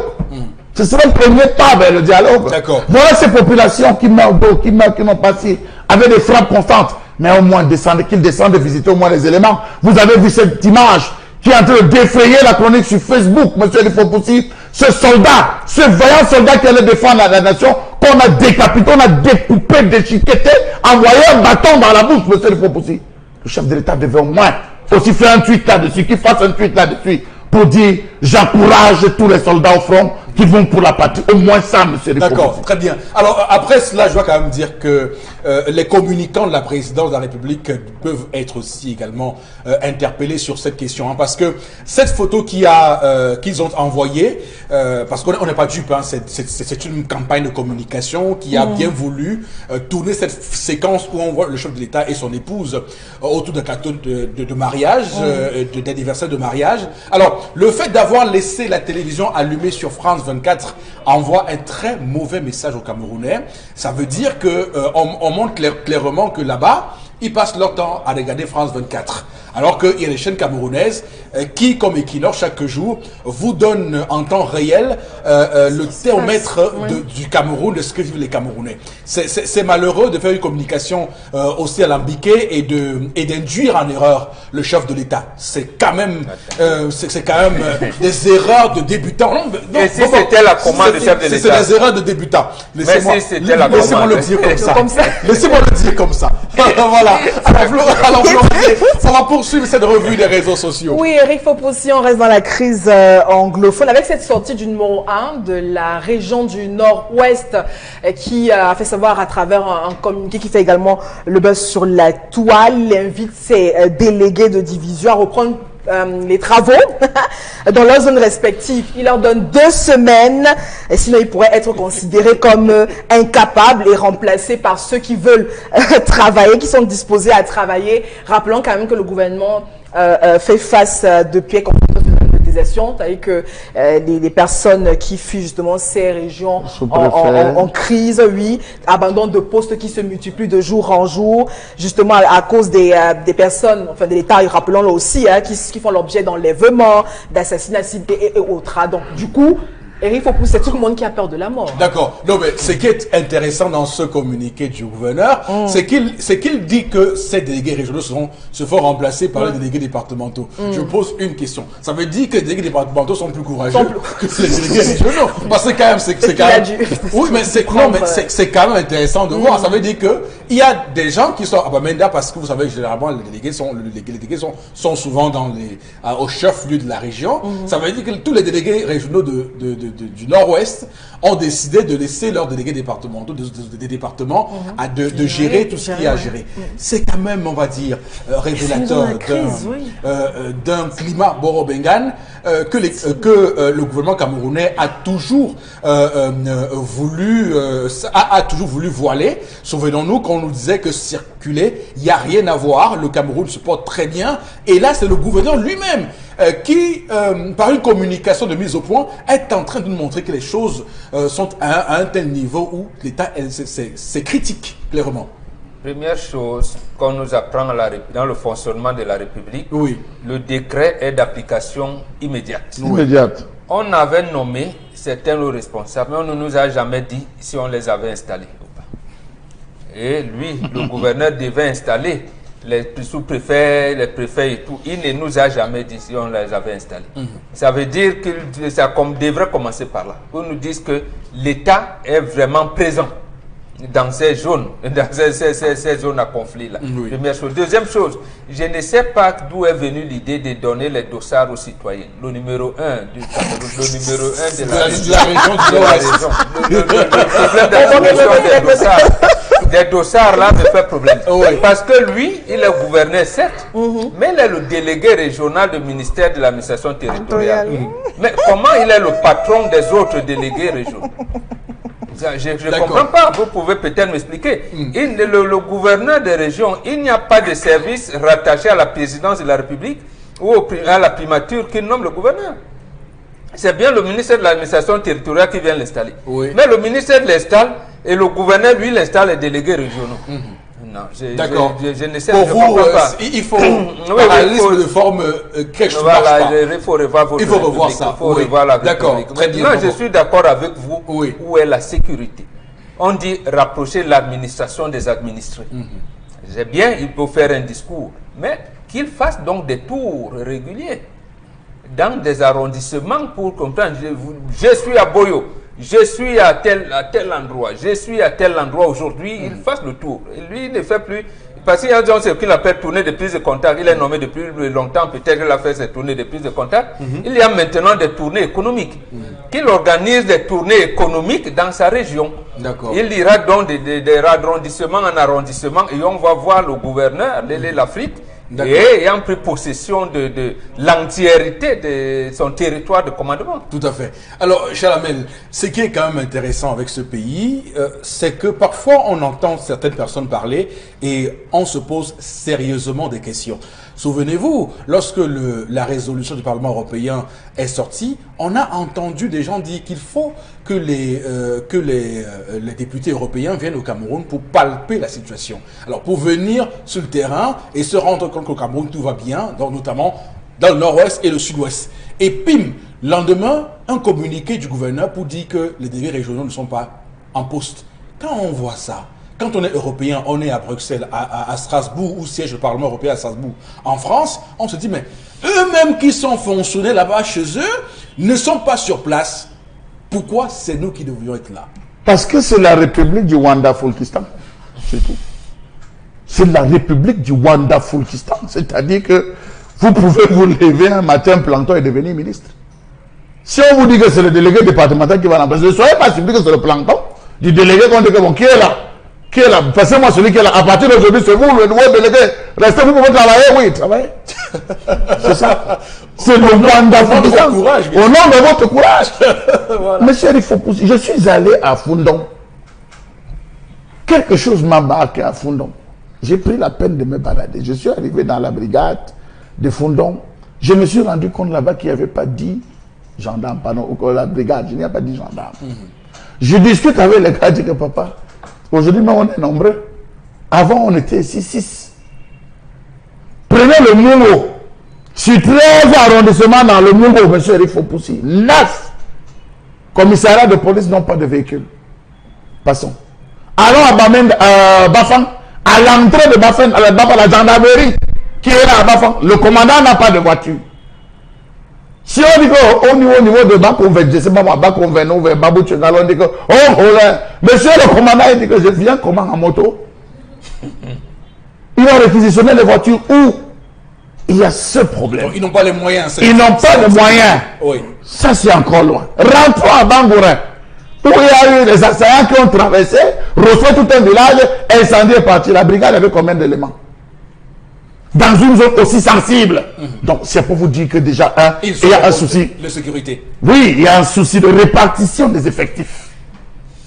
Alors, on imagine que à Bafang, qui est encore une zone, on va dire, à peu près potable, il n'y ait pas assez de moyens pour que les gendarmes qui doivent assurer la sécurité des fonctionnaires sur place dans ce département-là ne sont pas assez suffisants. Imaginons dans ces parties. C'est ce que je suis en train de prendre comme exemple pour faire comprendre.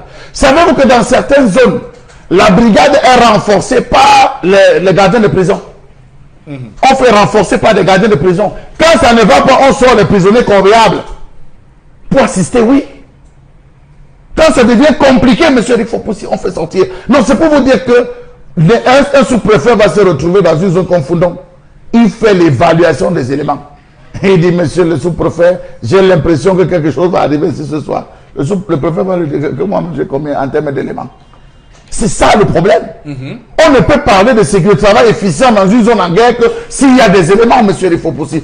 Et je crois que nous, on ne peut pas pénétrer, c'est un dossier bien connu, on ne peut dire de manière approximative avec les renseignements qui nous parviennent que vraiment ces sous-préfets ont besoin de travailler dans une zone vraiment sécurisée. C'est la raison pour laquelle beaucoup préfèrent venir rester à la région, parce qu'il y a beaucoup. Quand on dit démissionner, ils n'ont pas quitté la région, mais ils vivent dans ils ont quitté juste leur circonscription, mais ils vivent près des délégués régionaux, près du gouverneur. Et quittent là le matin avec une petite escouade pour aller travailler. Bon, est-ce qu'on peut imaginer, Karine, est-ce qu'on peut imaginer que il y ait des fonctionnaires délégués régionaux qui profitent de cette situation pour s'absenter et faire les affaires et ne pas absent? Il y aura bien des brebis galeuses puisque nous sommes au Cameroun. Oui. Mais ce qui est encore plus alarmant, c'est que nous sommes en zone de guerre et tout le monde a bien peur de sa vie. Ce n'est pas le délégué régional qui doit perdre sa vie pour la population. Il ne peut pas accepter ça. C'est comme si... non, ce qui est intéressant, c'est qu'il dit que les délégués départementaux sont en poste. Ils sont là. Oui, il est parti, il a mis son petit frère. C'est comme un monsieur qui sort de la maison et laisse son petit frère le garder. Est-ce qu'il est parti? Il n'est pas loin. C'est un délégué départemental. C'est toujours un délégué. Vous voulez quoi? Vous voulez qu'il prenne qui d'autre? Parce que nous sommes dans une région en guerre. Chacun se sauve comme il peut. Si on parvient déjà à kidnapper un sous-préfet, combien de fois le délégué régional? Combien de fois le délégué... assassiner un sous-préfet. Assassiner un sous-préfet. L'élément que vous relevez peut être... crédible. Peut être crédible. Il y en a qui disent, mais de toutes les manières, comme je ne peux pas perdre ma vie, il va se lancer à d'autres activités génératrices de revenus. C'est pas normal. Maintenant, effectivement, on parle des délégués régionaux. Est-ce que ces délégués ont subi des menaces qu'ils ont portées auprès du gouverneur et il n'y a pas eu de réponse appropriée? Encore qu'on procède aux enlèvements de ces délégués-là de manière... Un a été enlevé, le délégué de la il y a des risques, il y a des risques. De la famille. Avec des affaires sociales. Affaires sociales. N'est pas revenu. Oui. En tout cas, ce qui est certain, c'est que ils laissent leurs délégués départementaux assurer la présidence des cérémonies à leur place et gérer les dossiers à leur place. Et le gouverneur ne veut plus entendre cela. Il veut qu'ils soient eux-mêmes sur le terrain. On espère qu'ils nous regardent et qu'ils doivent désormais, comme des soldats de cette nation, aller au front pour continuer à servir cette patrie et cette nation. Florence, on va terminer avec vous, je vous en prie. Oui, Eric Fopoussi, un tour à la compost. En tout cas, hier, on se sera attendu à un grand mouvement de revendication, de mouvement de colère, revendication justement de paiement d'aérés de salaire au sein même de cette institution publique. Alors tout de suite ce mot de... Voilà, tout à fait. Madame, monsieur, on va remercier Florazé pour cette revue des réseaux sociaux au cœur du Zénith. On va tout de suite basculer au plateau B où nous attend Consti Lamine. Consti, on parle de Red Copper ce matin et des super gants. Bonjour. Bien entendu, bonjour Eric, bonjour à tous les téléspectateurs de cette émission Prestige d'Afrique et du monde entier. Alors je parle ce matin des poêles Red Copper et une seule information à la une, c'est cette grande vente spéciale que nous organisons aujourd'hui depuis 9h30 du côté bien sûr de Coton à l'esplanade de AC VIP Night Club à l'occasion de la nuit de l'ambiance BCBG. Vos poêles Red Copper, vous les connaissez à 14 000. Vous connaissez l'ensemble de la poêle Red Copper et de la paire de gants à 16 500 francs, mais uniquement pour aujourd'hui, je dis bien uniquement pour aujourd'hui, chers téléspectateurs, vous qui êtes à Douala et dans les villes environnantes, et ceux qui sont hors de la ville de Douala vont également profiter de cette offre spéciale. Donc uniquement pour aujourd'hui, votre poêle Red Copper, vous l'avez à 12 500 francs. Oui, je dis bien la poêle Red Copper. Uniquement pour aujourd'hui, vous l'avez à 12 500 francs. C'est bel et bien du côté de Coton, derrière l'antenne Coton. Pour ce qui est de la paire de gants que vous achetez d'habitude à 5 000, et je rappelle que le prix de 5 000 francs est un prix déjà relativement bas. Mais uniquement pour aujourd'hui, nous allons permettre à tous nos clients d'avoir cette magnifique paire de gants à 14 000 francs, ou à 4 000 autant pour moi, chers téléspectateurs. Donc vous aurez cette magnifique paire de gants pour la cuisine, pour sécuriser vos doigts à la cuisine. Vous l'avez à 4 000 francs, cette magnifique paire de gants. Alors, ceux qui ont besoin de l'ensemble de la poêle Red Copper et de la paire de gants vous ne débourserez pas la somme de 16 500 francs, vous débourserez tout simplement la somme de 15 000 francs. Oh là là là là là là là là. Quel véritable salaka. C'est donc l'occasion plus que jamais d'acheter votre poêle Red Copper à l'instant uniquement pour aujourd'hui. C'est une offre qui est valable jusqu'à 18h30. Elle est valable pour tous les clients du concept salaka, que vous soyez à Yaoundé, en Gandéré, à Garoua. Profitez de cette baisse systématique de la poêle Red Copper à l'occasion de la nuit de l'ambiance BCBG pour avoir l'ensemble de la poêle Red Copper et de la paire de gants à 15 000. C'est du côté de Canton et non au magasin Milan Tapis, valable uniquement pour aujourd'hui. Et ceux qui n'ont pas le temps de venir à Canton, qui sont hors de Douala, appelez. Vous allez acheter l'ensemble de ces deux articles à 15 000 francs. Je vous reviens tout à l'heure pour la suite des ventes dans cette émission. Merci beaucoup. Merci Consti Lamine et prenez le soin de souffler un tout petit peu. On va, madame, monsieur, prendre l'interpellation de ce matin. Nous regardons ce que va dire un compatriote et de retour sur ce plateau, nous ferons un commentaire. À tout de suite. Non, juste qu'il faudra un changement de mentalité, créer des emplois, donner les possibilités aux jeunes d'acquérir beaucoup de crédits. S'il faut les accorder beaucoup de crédits et qu'ils rénovent aussi, combattre aussi la corruption. Certes, il y a des Camerounais qui sont encore de bonne foi, mais il faudra changer la mentalité dans l'intégralité. Par exemple, le détournement, des fois, vous voyez ce qu'on voit dans les réseaux sociaux, les gens qui emmagasinent des milliards seuls chez eux. Vous avez vous avez un individu qui a le budget d'un pays chez lui, à lui tout seul, alors que les Camerounais en souffrent. Et voilà, retour sur ce plateau. D'ailleurs, c'est le look du compatriote qui a beaucoup fait parler et pendant qu'il parlait. Alors, bon, Bengal, sur ce qu'il dit sur le fond, mentalité de détournement, de corruption, des gens qui emmagasinent pour eux seuls tout l'argent du pays par le vol. Oui, il a raison. Oui. Et lorsque ça commençait, on le décriait. Lorsqu'on regardait l'État laisser les bars, les ventes emportées, les bars dancing s'ériger à côté des établissements scolaires, ceux qui étaient avertis à l'époque disaient que le pays va mal. Et on regardait le chef de l'État lui-même. La première interview à la CTV, faite par Eric Tindje, il lui avait posé la question de savoir, mais comment on l'appelait, le FOGAP. Oui. Il y avait un fonds de garantie ici pour les petites et moyennes entreprises. C'était la banque des entreprises. Très bien. Il dit, on procède à des détournements. Il disait qu'il n'avait pas de preuves. Bon, aujourd'hui, les preuves se sont amoncelées de telle manière que il met tout le monde en prison. Et on dit que c'est comme ça qu'on va assainir les mœurs publiques. J'ai dit non. Il a peut-être oublié sa première sortie aussi, parce que vous en avez parlé tout à l'heure, comme si les tweets étaient de bon. Non, la première sortie à Cameroun Tribune en 83, en janvier, il disait que l'intégrité, la rigueur, la moralisation ne sont pas des éléments nouveaux dans notre pays. Mais où est-ce qu'on en est avec l'intégrité, la rigueur et la moralisation aujourd'hui? 83 à aujourd'hui, ça fait quand même 36 ans. Voilà, on en est où? D'accord. En tout cas, on voit très bien que tout ce qui a été mis en place pour lutter contre le phénomène est resté jusqu'ici inoffensif, sans résultat, inutile.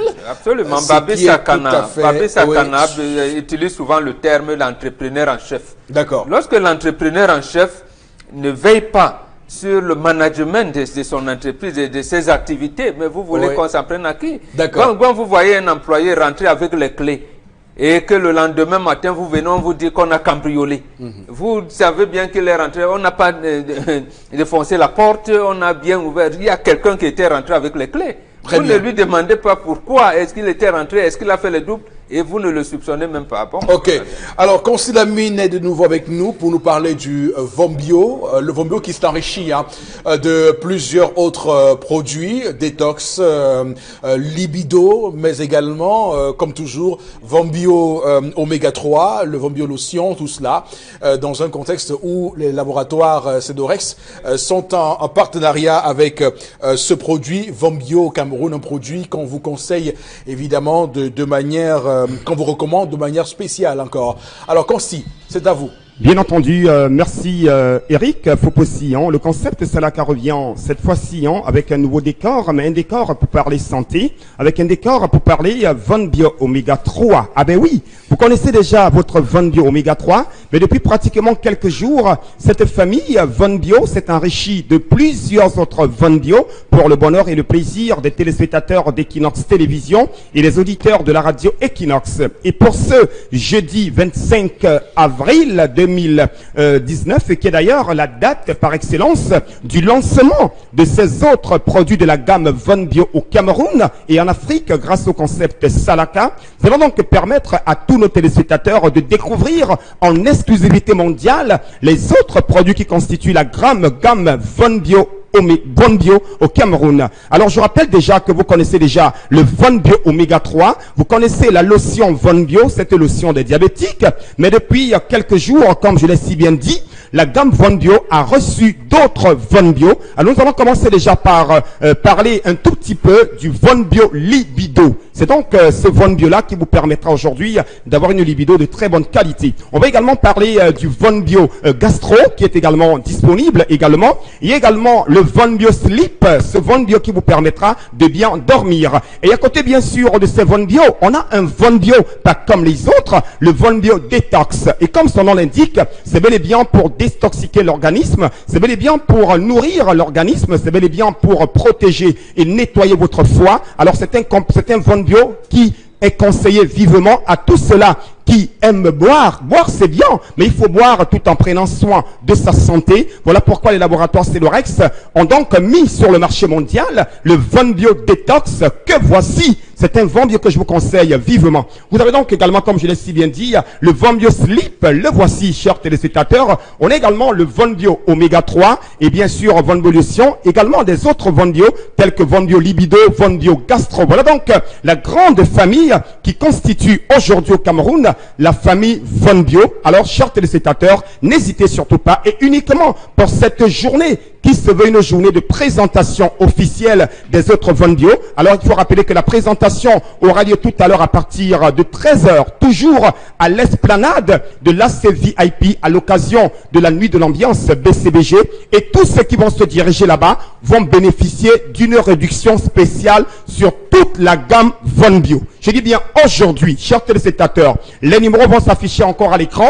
Alors n'hésitez surtout pas à profiter de cette spéciale journée de présentation des autres Von Bio, notamment Von Bio Libido, Von Bio Gastro, Von Bio Detox, Von Bio Sleep et bien sûr les autres Von Bio que vous connaissez déjà, le Von Bio Oméga 3 qui coûte, il faut le rappeler, 5500 francs, qui est le prix du concept Salaka, la lotion qui coûte 6000, mais uniquement pour aujourd'hui, ceux qui vont se déplacer à Koto, derrière l'antenne Koto, ceux qui vont commander de par le monde vont bénéficier d'un avantage spécial. C'est aujourd'hui uniquement jusqu'à 18h30. Merci beaucoup Eric. Merci Constilamine. Madame, Monsieur, on va lire quelques messages de votre part ce matin. Florazé, on va faire recours à vous, se tourner vers vous pour, avec vous, lire ces messages-là. Pour ce qui est du comité du gouverneur, il est, c'est quand même incongru de constater que des délégués départementaux assurent ces responsabilités de délégués régionaux qui ont qui sont mieux outillés justement pour protéger les populations. En tout cas, c'est ça, c'est sa réaction.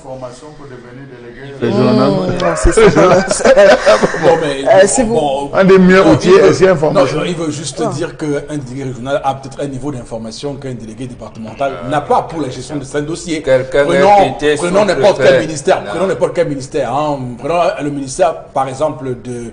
Je sais pas, prenez le ministère, vous me dites comment on peut fonctionner. Quelqu'un est parti du sous-préfet de Yaoundé 2 à ministre délégué au transport. Attendez. Bon, prenez le ministère des Transports, justement.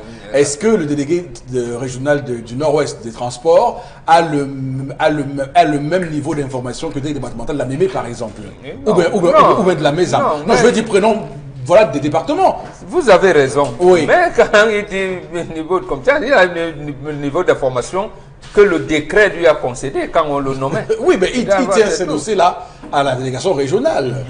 Voilà, bon, bref, c'est ce qu'il voulait dire. Je ne vais pas me mouiller en avocat du diable. Allez-y, Florazé. Alors, par rapport à la grève à Campos, les timbres sont quittés de 500 à 1000 francs. C'est ça, téléspectateur, on ne dit pas, qui réagit ce matin.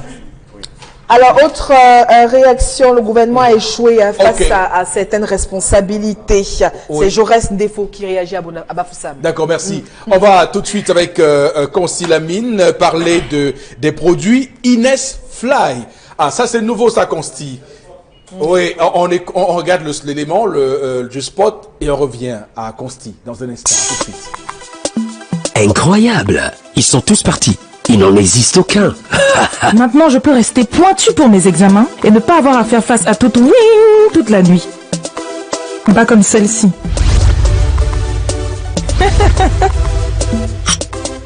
Ma cuisine est maintenant saine. Retrouvez la gamme d'insecticides en peinture et nettoyant pour plancher. Nettoyez, peignez votre espace une fois et restez à l'abri des moustiques et d'autres ravageurs malveillants jusqu'à 2 ans. Utilisez Inès Fly et chassez tous les parasites pour les vies sans ravageurs. Distribué en CEMAC par Pescon Africa PLC. Produit disponible dans les points de vente spécialisés à l'échelle nationale. Ok, pour en parler, Consti Lamine avec nous sur le plateau. Consti, allez-y. Alors, je suis très content ce matin. Ah ben oui, ça montre la diversité du concept Salaka, ça montre bel et bien le choix que les entreprises portent sur la radio-télévision Equinox.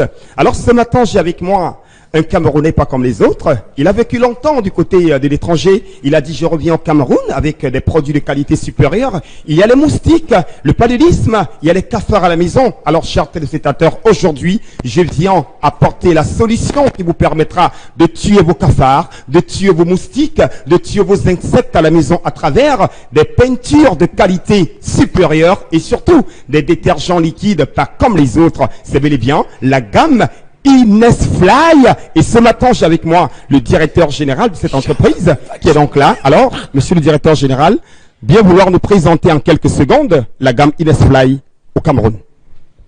Bonjour Consti, bonjour les Equinox. Je voulais vous dire qu'aujourd'hui, c'est la journée mondiale du paludisme. Et donc, on a constaté que malgré les efforts qu'on a effectués depuis des années, on constate que les gens continuent à mourir du paludisme. Donc, on a voulu donc chercher des différentes solutions pour apporter un plus dans la lutte contre le paludisme. Donc, la marque Inès Fly est une marque espagnole qui a commencé depuis plus de 30 ans. Et cette marque a donc décidé de faire des produits insecticides dans les formes différentes, faciles à appliquer. Donc, comme Consti a bien dit tout à l'heure, nous avons donc la peinture. Et cette peinture, c'est comme chaque maison que je suis passé par là est peint, mais avec la peinture ordinaire. Donc, et en même temps, on a décidé donc de faire une peinture qui a l'insecticide à l'intérieur. Donc, avec cette peinture, vous appliquez sur le mur et le plafond et vous êtes protégé contre les insectes pendant une période de 24 mois. Et puis, on a précisé aussi que ce n'est pas justement les moustiques, il y a aussi les cafards, les mille-pattes, tous les insectes qui sont souvent dans les domiciles. En plus, nous avons le détergent insecticide, qui est un détergent normal pour nettoyer le sol, mais en plus, on a ajouté l'aspect insecticide. Parce qu'on constate qu'il y a aussi les insectes qui rampent, comme le cafard et autres, qui entrent dans les maisons. Quand on nettoie avec l'insecticide normal, le sol est propre pour vous et pour les insectes. Donc, on va donc ajouter cette couche de protection contre les insectes. Et en plus, puisque nous voulons faire la protection partout, rapidement, oui. On ajoute donc ce pulvérisateur pour le corps, parce que les moustiques vous suivent partout. Pendant les veillées, pendant le moment que vous êtes en train de manger un poisson, il y a le moustique qui vous suit. Donc, on a aussi ces produits qui vous permettent... Donc, c'est un déodorant anti-moustique. Effectivement, merci. Un déodorant anti-moustique. Voilà, voilà. Merci infiniment, mesdames, messieurs. Malheureusement, le temps qui nous est imparti est complètement écoulé. On se retrouve rapidement. Le numéro pour les avoir. Pourquoi pas? Mais là, franchement, c'est terminé. On aura l'occasion d'avoir tous ces numéros-là prochainement. Madame, monsieur, passez une très très belle journée sur Equinox Télévision. On court, hein, on est vraiment au pas de course. On se retrouve demain. Que Dieu bénisse le Cameroun.